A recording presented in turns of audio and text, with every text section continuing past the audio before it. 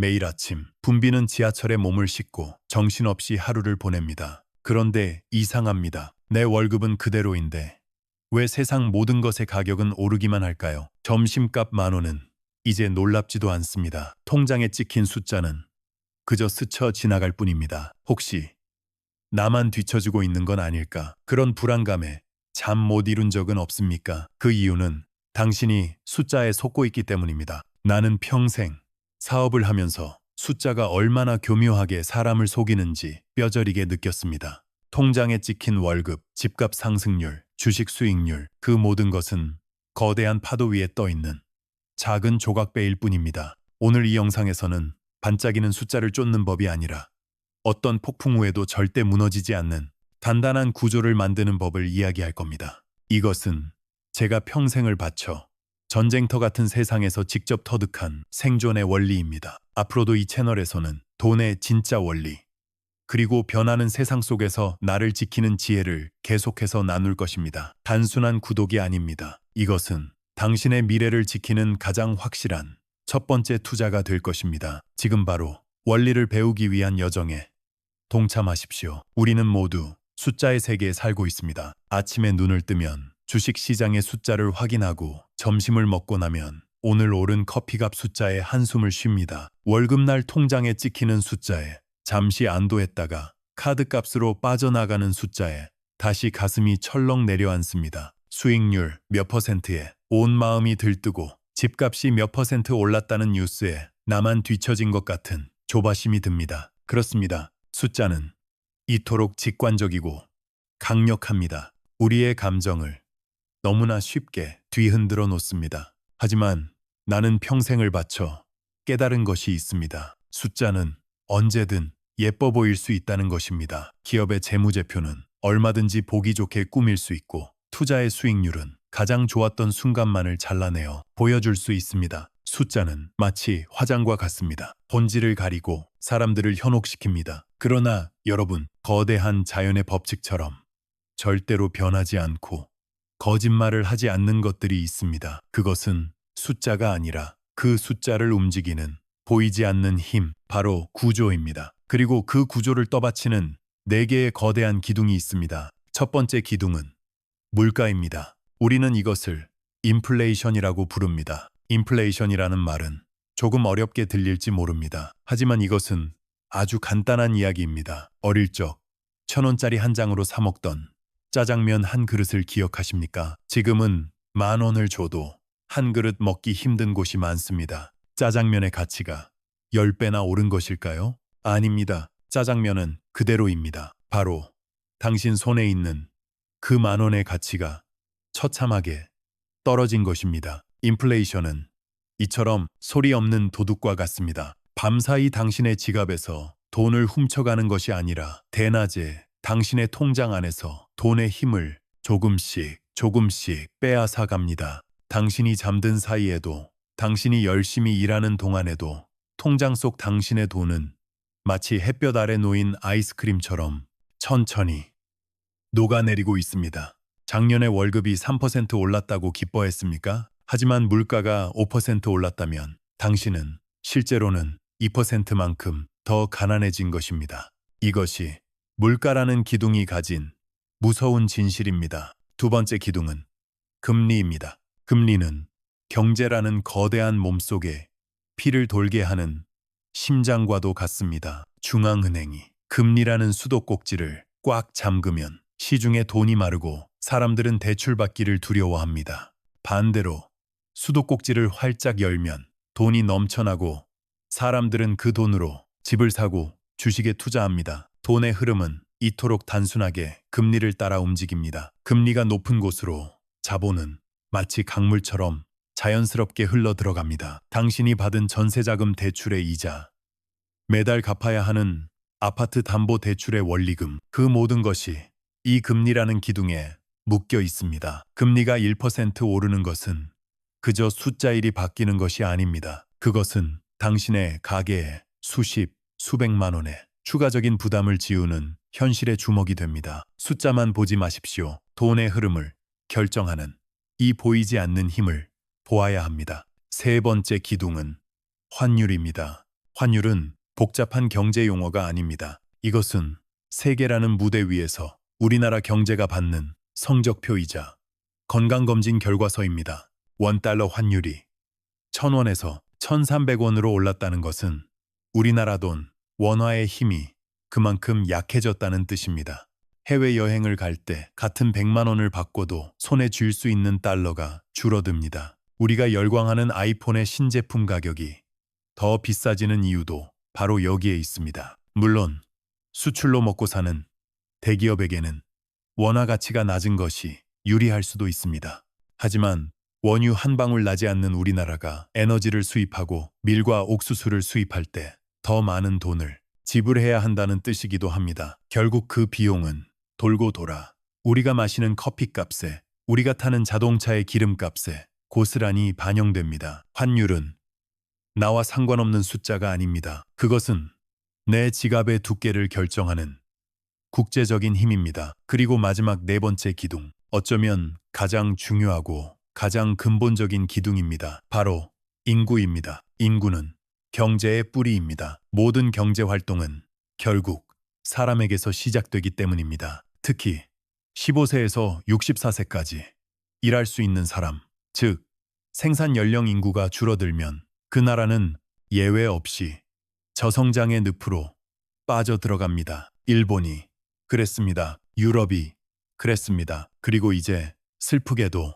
대한민국의 차례가 왔습니다. 어떤 사람들은 이렇게 순진하게 묻습니다. 사람이 적으면 경쟁이 줄어드니 일자리는 오히려 많아져야 하는 것 아니냐? 그러나 현실은 냉혹하게도 정반대입니다. 신제품을 가장 먼저 사고 새로운 기술을 가장 먼저 받아들이는 열정적인 소비층이 바로 청년들입니다. 그들이 줄어들면 시장이 쪼그라들고 기업은 더 이상 과감하게 미래에 투자하지 않습니다. 결국 좋은 일자리도 함께 눈처럼 사라집니다. 인구 구조는 앞으로 10년, 20년 뒤의 시장을 미리 보여주는 가장 정확한 지도입니다. 이 신호를 무시하면 당신의 모든 투자와 경영과 인생 계획은 허공을 향한 외침이 될 뿐입니다. 물가, 금리, 환율, 그리고 인구, 이 네 가지가 바로 경제라는 거대한 건물을 떠받치는 네 개의 기둥입니다. 기둥이 조금씩 금이 가고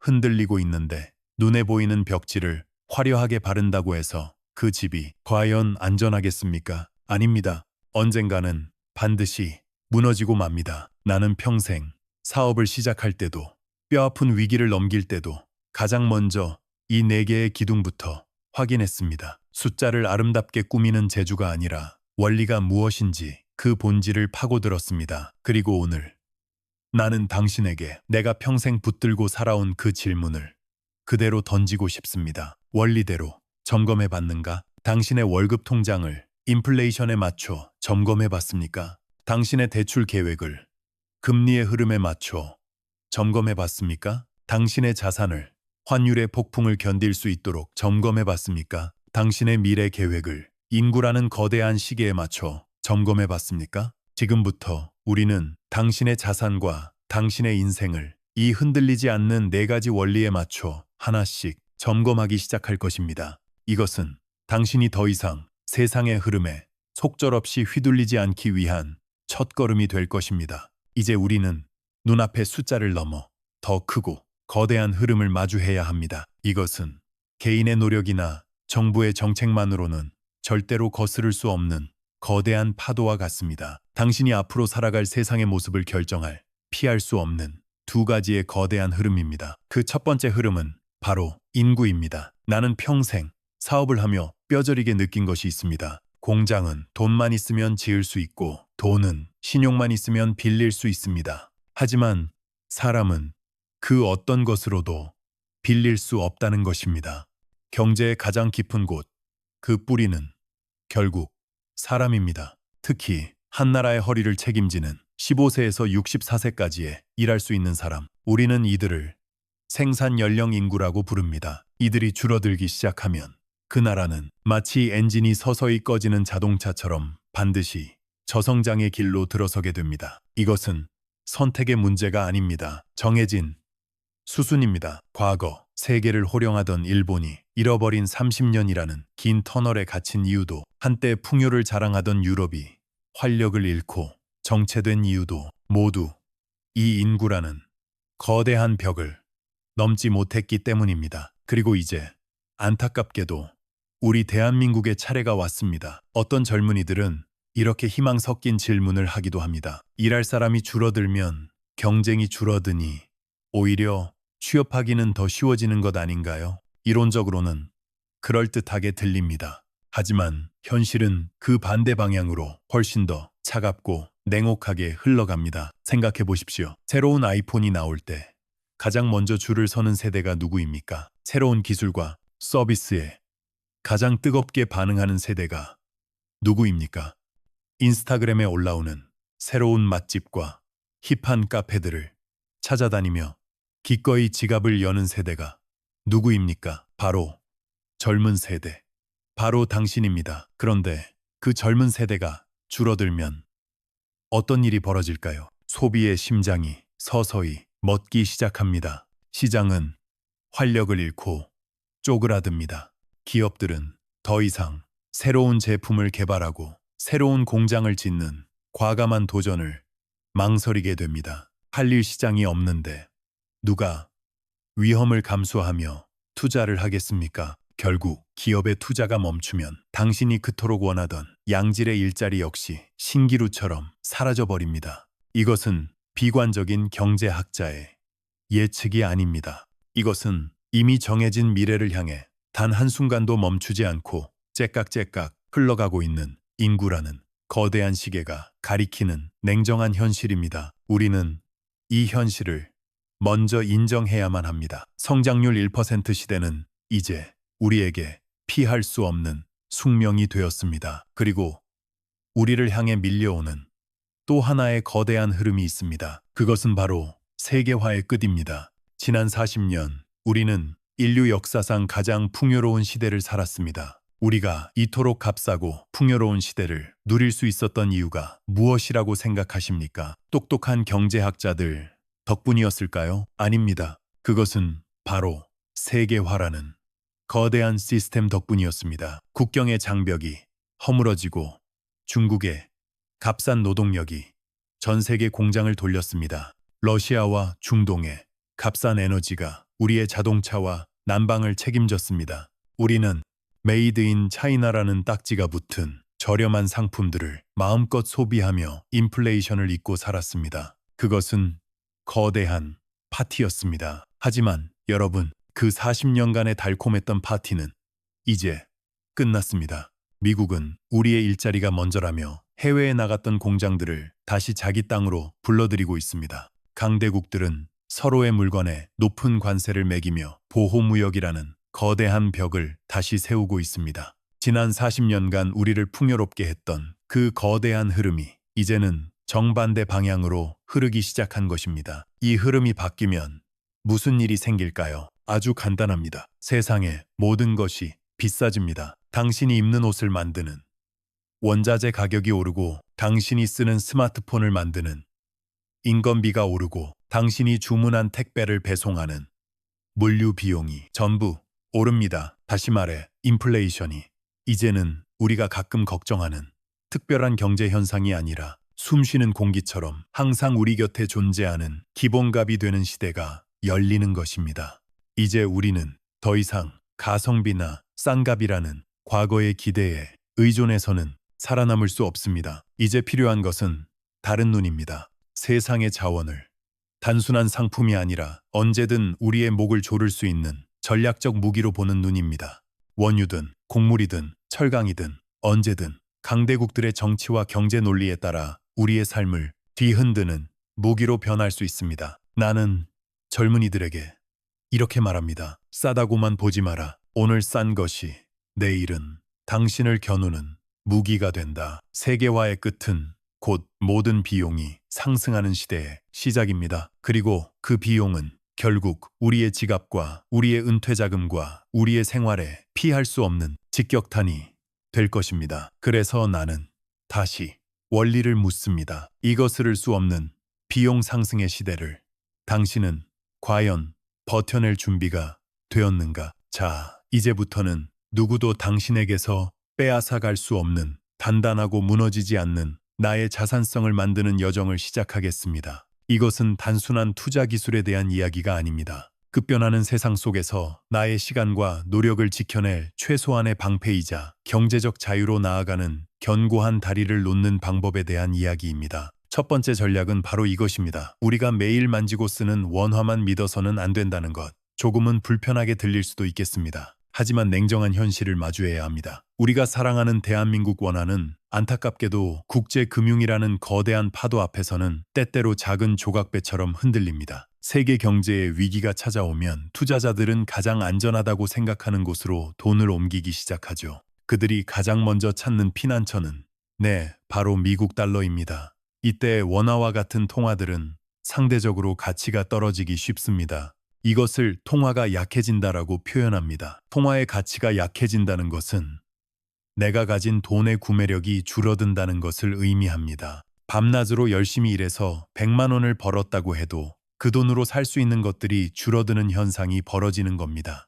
수입 물가는 오르고 해외여행 경비는 더 비싸지고 해외 주식에 투자했다면 환차손을 입을 수도 있습니다. 나의 노력과는 상관없이 내가 통제할 수 없는 외부 요인에 의해 자산이 조금씩 녹아내리는 셈이죠. 이것이 우리가 원화만 바라보고 있어서는 안 되는 가장 중요한 이유입니다. 그렇다면 대안은 무엇일까요? 바로 달러와 금입니다. 먼저 달러에 대해 이야기해 봅시다. 달러는 단순히 미국의 화폐가 아닙니다. 그것은 지난 수십 년간 전 세계가 인정하고 사용해온 하나의 신뢰 시스템입니다. 세계 모든 국가는 무역을 할 때, 석유를 살 때, 빚을 갚을 때 달러를 사용합니다. 세상이 혼란스러워질수록 사람들은 이 강력한 신뢰에 의지하려 합니다. 달러는 단순한 종이 조각이 아니라 경제 위기라는 폭풍우 속에서 나의 자산을 지켜줄 수 있는 가장 튼튼한 우산과도 같습니다. 물론 모든 자산을 달러로 바꾸라는 이야기가 아닙니다. 그것은 또 다른 극단적인 선택일 뿐입니다. 제가 강조하고 싶은 것은 최소한의 달러 자산입니다. 만약의 사태에 대비해 생활비를 지키고 먼 미래의 은퇴 자금을 보존할 수 있는 안전장치를 마련하자는 겁니다. 미국 국채에 투자하거나 은행의 달러 예금 상품을 활용하는 것이 가장 쉽고 안정적인 방법이 될 수 있습니다. 이것은 공격적인 투자가 아니라 내 자산의 가치를 보존하기 위한 가장 기본적인 수비 전략입니다. 다음은 금입니다. 어떤 사람들은 금 투자를 이야기하면 가격이 오르내리는 투기 상품으로 생각하곤 합니다. 하지만 저는 금을 투기가 아닌 보험이라고 부르고 싶습니다. 인류의 역사를 한번 돌아보십시오. 수많은 나라가 나타났다가 사라졌고 셀 수 없이 많은 화폐들이 발행되었다가 휴지 조각이 되었습니다. 하지만 지난 2700년의 시간 동안 금은 단 한 번도 그 가치를 잃은 적이 없었습니다. 로마 시대의 금화는 지금도 금으로서의 가치를 지니고 있습니다. 나라가 망하고 시스템이 무너져도 반짝이는 황금의 가치는 그대로 남았던 겁니다. 이것이 금이 가진 본질적인 힘입니다. 그런데 금은방에서 골드바를 사면 부가가치세 10%를 내야 해서 손해 아닌가요? 라고 묻는 분들이 많습니다. 맞습니다. 현물로 금을 사면 세금 부담이 있죠. 하지만 더 현명한 방법이 있습니다. 바로 한국거래소 KRX 금시장을 이용하는 겁니다. 주식처럼 온라인으로 쉽게 1g 단위의 소액으로도 투자가 가능합니다. 무엇보다 매매 차익에 대해 세금을 내지 않는다는 엄청난 장점이 있죠. 부가세 걱정 없이 안전하게 나의 자산 포트폴리오에 인류 역사상 가장 오래된 보험 하나를 추가할 수 있는 방법입니다. 이제 두 번째 전략으로 넘어가 보겠습니다. 인플레이션 시대에 가장 친한 친구처럼 보이는 원자재와 에너지, 이들과 현명하게 거리를 두는 방법에 대해서입니다. 인플레이션, 즉 물가가 오르는 시기에는 가장 먼저 원자재 가격이 들썩입니다. 우리가 매일 쓰는 자동차의 기름, 즉 원유 가격이 오르고 전자기기와 건축에 쓰이는 구리 가격이 치솟고 식탁에 오르는 밀과 옥수수 같은 곡물 가격도 급등합니다. 돈의 가치는 떨어지는데 실물 자산인 원자재의 가치는 올라가니 당연한 현상이죠. 그래서 많은 현명한 투자자들은 이런 시기에 원자재를 생산하는 기업이나 관련 상품에 투자합니다. 그리고 그것은 분명히 효과적인 전략 중 하나입니다. 하지만 저는 여기서 한 가지 경고를 하고 싶습니다. 바로 친구라도 거리를 두라는 격언입니다. 원자재와 에너지 시장은 우리가 생각하는 것 이상으로 변동성이 큰 곳입니다. 그 가치가 국제 정세, 특정 국가의 정치 상황, 심지어는 기후변화와 같은 예측 불가능한 변수에 따라 하루아침에 천국과 지옥을 오갈 수 있습니다. 중동에서 작은 분쟁이라도 일어나면 유가는 폭등하고 남미의 광산에서 파업이 발생하면 구리 가격이 요동칩니다. 마치 잔잔한 호수처럼 보이다가도 갑자기 거대한 폭풍이 몰아치는 바다와 같습니다. 사업을 할 때 단 하나의 거래처에만 모든 것을 의존하는 회사가 얼마나 위험한지 우리는 잘 알고 있습니다. 그 거래처가 흔들리면 나의 사업 전체가 무너질 수 있기 때문이죠. 자산 관리도 마찬가지입니다. 원자재가 지금 당장 좋아 보인다고 해서 나의 소중한 자산을 그곳에 몰빵하는 것은 스스로를 벼랑 끝으로 내모는 것과 같습니다. 반드시 흔들릴 수밖에 없습니다. 원자재와 에너지는 결코 당신의 포트폴리오의 전부가 되어서는 안 됩니다. 전체 자산의 일부로서 인플레이션의 위험을 분산시키는 역할로만 두어야 합니다. 그것이 바로 변덕스러운 친구와 현명하게 관계를 유지하는 방법입니다. 마지막 세 번째 전략입니다. 어쩌면 오늘 이야기 중에서 가장 중요하고 또 가장 많은 분들이 오해하고 있는 부분일지도 모릅니다. 바로 부동산에 대한 이야기입니다. 부동산을 감정이 아닌 차가운 금리의 눈으로 바라보는 법에 대하여 많은 사람들이 이렇게 믿고 있습니다.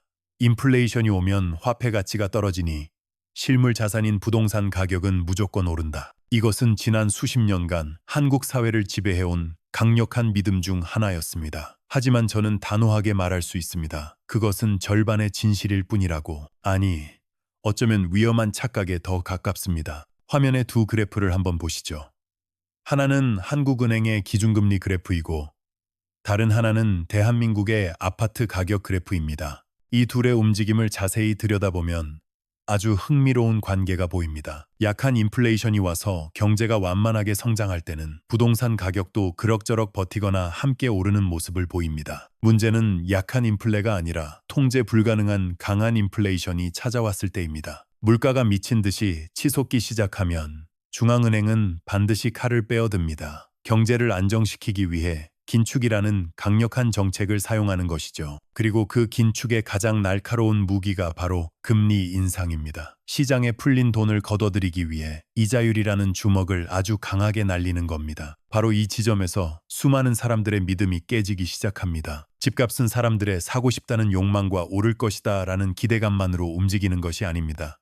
물론 그것도 중요한 요소입니다. 하지만 그보다 훨씬 더 빠르고 훨씬 더 강한 힘이 존재합니다. 그것이 바로 금리입니다. 금리가 오르면 사람들은 더 이상 비싼 이자를 감당하며 무리하게 대출을 받아 집을 사려 하지 않습니다. 기존의 대출을 많이 받아 집을 산 사람들은 매달 늘어나는 이자 부담에 고통받기 시작하고 결국 집을 팔아야 하는 상황에 내몰리기도 합니다. 집을 사려는 사람은 줄어드는데 팔려는 사람은 늘어납니다. 가격은 어떻게 될까요? 결과는 명확합니다. 지금 당신의 눈에 보이는 것은 무엇입니까? 친구가 집을 사서 얼마를 벌었다는 이야기입니까? 아니면 지금 사지 않으면 영원히 벼락거지가 될 것 같다는 불안감입니까? 이제는 그 너머를 봐야 합니다. 눈에 보이지 않지만 시장 전체를 움직이는 거대한 힘의 흐름을 읽어야 합니다. 그것이 바로 금리입니다. 최근의 상황을 예로 들어볼까요? 미국 중앙은행은 가파르게 금리를 올렸지만 한국은 그 속도를 따라가지 못했습니다. 그 결과 한국과 미국의 금리 격차는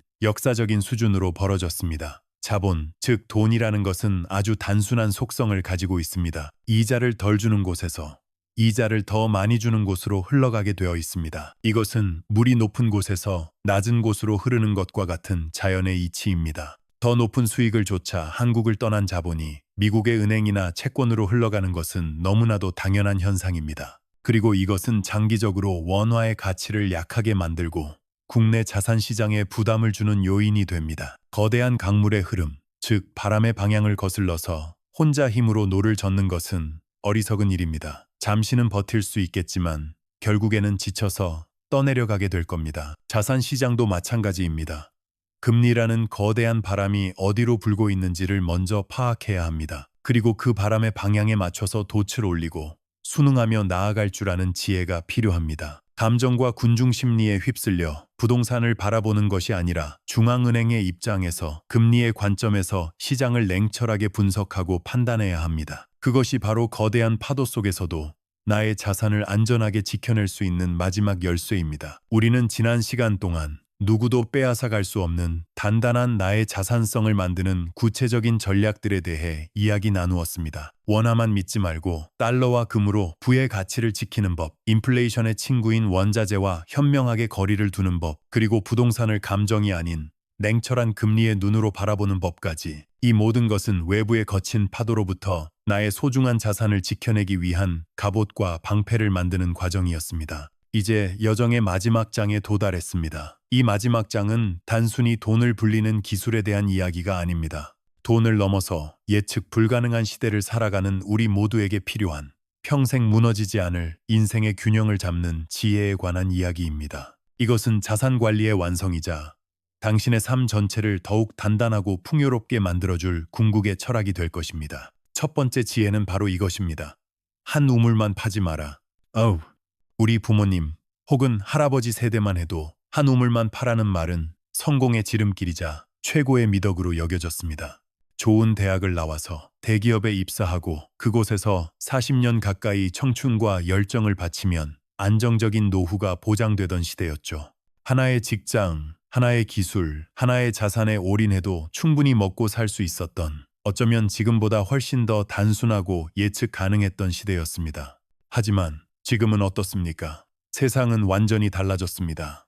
우리가 살고 있는 21세기는 변화의 속도가 너무나도 빨라서 어제의 정답이 오늘은 오답이 되는 시대입니다. 평생 직장이라는 개념은 이제 전설 속의 이야기처럼 느껴집니다. 내가 10년 동안 갈고 닦은 기술이 어느 날 갑자기 등장한 새로운 인공지능 기술 하나로 쓸모 없어질 수도 있습니다. 어제까지 모두가 유망하다고 말했던 산업이 글로벌 경제 위기 한 번에 뿌리째 흔들리기도 합니다. 이런 시대에 여전히 한 우물만 파는 전략은 과연 안전할까요? 아닙니다. 그것은 이제 미덕이 아니라 가장 위험한 도박이 되었습니다.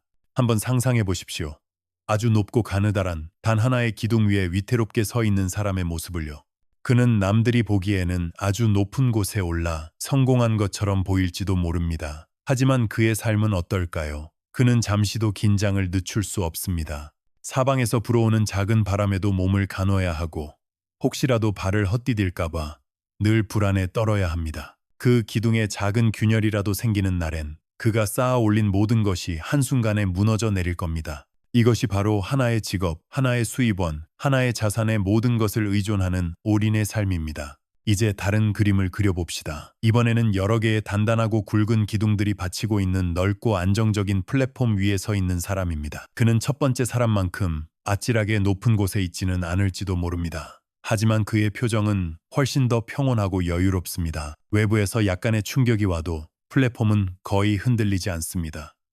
혹시 기둥 하나가 부서지더라도 나머지 기둥들이 굳건히 그를 지탱해 줄 것이기 때문입니다. 그는 플랫폼 위에서 자유롭게 걷고 뛰고 심지어는 새로운 기둥을 세울 수도 있습니다. 이것이 바로 분산의 지혜가 만들어낸 삶의 모습입니다. 자산도 정확히 똑같습니다. 당신의 모든 자산이 국내 주식, 그것도 단 몇 개의 종목에만 집중되어 있다고 생각해 봅시다. 주식 시장이 활황일 때는 짜릿한 수익률을 맛볼 수 있겠지만 반대로 KOSPI 지수가 폭락하는 날에는 당신의 자산과 함께 감정도 지옥으로 떨어질 겁니다. 밤에 잠을 설치고 일상생활이 불가능해질 정도로 스트레스를 받게 되겠죠. 혹은 과도한 대출을 받아 마련한 아파트 한 채가 당신의 유일한 자산이라면 어떨까요? 부동산 가격이 계속 오를 것이라는 믿음 하나로 버티고 있지만 우리가 앞서 이야기했던 것처럼 중앙은행이 금리라는 무기를 꺼내드는 순간 그 믿음은 순식간에 공포로 변할 수 있습니다. 매달 갚아야 하는 이자는 눈덩이처럼 불어나고 나의 꿈이 담긴 집은 어느새 나를 옥죄는 거대한 감옥이 되어버릴 겁니다. 오직 현금,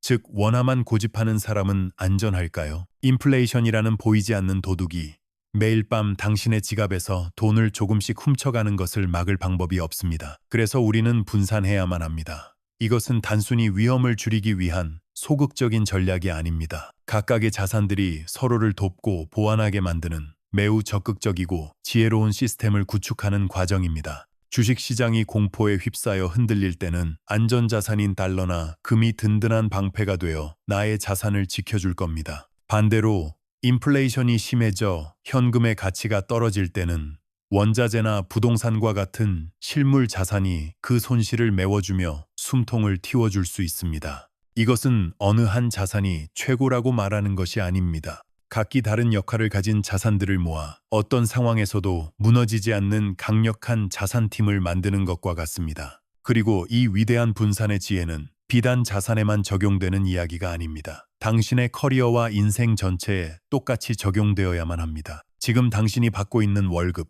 그것은 당신의 가장 중요한 수입원이지만 동시에 당신을 위태롭게 만드는 단 하나의 기둥일 수도 있습니다. 회사의 경영이 어려워지거나 산업의 트렌드가 바뀌거나 혹은 내가 대체될 수 있는 기술이 등장했을 때 그 기둥은 생각보다 쉽게 흔들릴 수 있습니다. 이제 필요한 것은 몰빵의 용기가 아니라 분산의 지혜입니다. 당신의 직업이라는 메인 기둥 옆에 작지만 단단한 여러 개의 보조 기둥들을 세워나가야 합니다. 당신의 남는 시간을 활용해 새로운 기술을 배우고 그것을 활용해 부수입을 만들어낼 수 있습니다. 온라인으로 물건을 팔아보거나 당신의 재능을 살려 프리랜서로 일하거나 꾸준히 배당금을 주는 주식에 투자해 현금 흐름을 만들 수도 있습니다. 이것은 단순히 돈을 더 벌기 위함이 아닙니다. 나의 커리어에 대한 보험을 드는 것과 같습니다. 나아가 당신의 삶 전체를 분산시켜야 합니다. 당신의 행복과 정체성을 오직 회사에서의 나에만 의존하지 마십시오. 당신을 행복하게 만드는 여러 개의 기둥을 세우세요. 좋은 친구들과의 관계, 꾸준한 운동을 통한 건강, 새로운 것을 배우는 즐거움, 세상을 여행하는 경험. 이 모든 것들이 당신의 삶이라는 플랫폼을 지탱하는 소중한 기둥들입니다. 이 기둥들이 많고 단단할수록 당신은 직장에서의 성공이나 실패에 일희일비하지 않는 훨씬 더 안정적이고 주체적인 삶을 살 수 있게 될 겁니다. 이제 마지막 지혜에 대해 이야기하겠습니다. 그것은 공격이 아닌 방어에 집중하는 생존의 기술입니다. 축구 경기를 생각해 봅시다. 화려한 개인기로 상대 수비수들을 제치고 멋진 골을 넣는 공격수는 모든 사람들의 스포트라이트를 받습니다. 성공은 이처럼 짜릿한 공격에서 오는 것처럼 보입니다. 하지만 수많은 축구 전문가들은 말합니다. 우승 트로피는 결국 가장 강력한 수비력을 가진 팀에게 돌아간다고 말이죠. 아무리 많은 골을 넣어도 그보다 더 많은 골을 먹히면 경기에서 이길 수 없습니다. 화려한 공격수 뒤에서 묵묵히 골문을 지키고 상대의 공격을 차단하는 수비수들이 있기에 팀은 무너지지 않고 승리할 수 있는 겁니다. 우리의 인생과 투자도 마찬가지입니다. 성공은 공격으로 오는 것처럼 보이지만 진정한 생존은 방어에서 옵니다. 특히 지금처럼 금리 인상, 전쟁, 팬데믹과 같은 여러 위기가 한꺼번에 복합적으로 찾아오는 시대에는 얼마나 많이 버느냐는 공격의 문제보다 어떻게 잃지 않을 것이냐는 방어의 문제가 훨씬 더 중요합니다. 여기서 말하는 방어란 겁을 먹고 두려움에 떨며 아무것도 하지 않고 움츠러드는 것을 의미하는 것이 결코 아닙니다. 그것은 비겁함이지 지혜로운 방어가 아닙니다. 진정한 방어란 어떤 위기가 닥쳐도 나의 일상이 흔들리지 않도록 최소한의 현금 흐름을 미리 확보해두는 것입니다. 또한 시장이 폭락했을 때 공포에 질려 나의 소중한 자산을 헐값에 팔아 치우지 않아도 되는 단단한 준비를 하는 것입니다. 그리고 우리가 계속해서 이야기했던 것처럼 주식, 채권, 달러, 금, 부동산 등 다양한 자산으로 포트폴리오를 구성하여 충격을 흡수할 수 있는 균형을 잡는 것입니다. 이것이 바로 진정한 방어의 기술입니다. 방어는 소극적인 기다림이 아니라 위기를 기회로 만들기 위한 가장 적극적인 준비입니다. 기억하십시오. 크게 잃지 않는 사람이 결국에는 크게 법니다.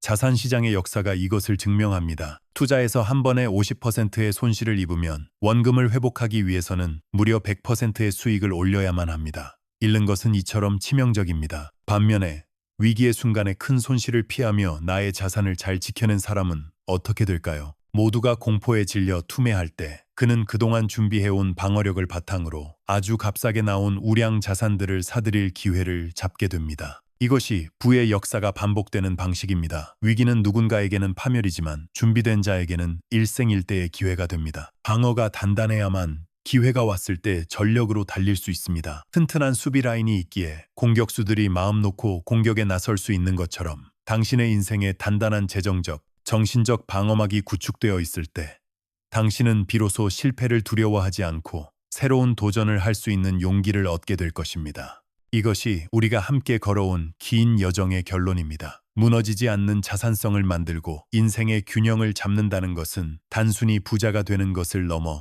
어떤 외부의 충격에도 나의 삶의 주도권을 잃지 않는 단단한 나를 만들어가는 과정입니다. 이 지혜가 불확실한 미래를 항해하는 당신에게 길을 잃지 않게 도와주는 등대가 되고 거친 파도를 헤쳐나갈 수 있는 튼튼한 배가 되어주기를 진심으로 바랍니다. 오늘 우리는 길고 깊은 여정을 함께 했습니다. 불안한 시대를 살아남기 위해 누구도 빼앗아갈 수 없는 나의 자산성을 만드는 방법에 대해 이야기 나누었죠. 우리는 복잡한 투자 기술이 아닌 시대를 관통하는 단순하고도 강력한 원리들을 배웠습니다. 나의 자산을 나누어 지키는 분산의 지혜, 위기 속에서 버틸 힘이 되어주는 현금 흐름의 중요성, 그리고 감정이 아닌 금리로 시장을 바라보는 냉철한 시선까지. 이 모든 것은 결국 어떤 파도에도 흔들리지 않는 단단한 삶의 균형을 잡기 위함이었습니다. 자, 이제 당신의 차례입니다. 오늘 이야기들 중에서 당신의 마음에 가장 깊이 남은 한 가지는 무엇이었나요? 그리고 그 배움을 당신의 삶에 어떻게 적용해 보시겠습니까? 여러분이 배운 것 중 앞으로 삶에 꼭 적용해 볼 단 한 가지를 아래 댓글로 남겨주세요. 여러분의 다짐 하나하나가 모여 서로에게 큰 용기와 영감을 줄 것입니다. 오늘 영상이 마음에 드셨다면 여러분의 소중한 생각을 댓글로 남겨주시고 저희의 여정에 힘이 될 수 있도록 좋아요와 공유, 그리고 저희 유튜브 채널 구독도 잊지 말아주세요. 여러분의 단단한 내일을 진심으로 응원합니다.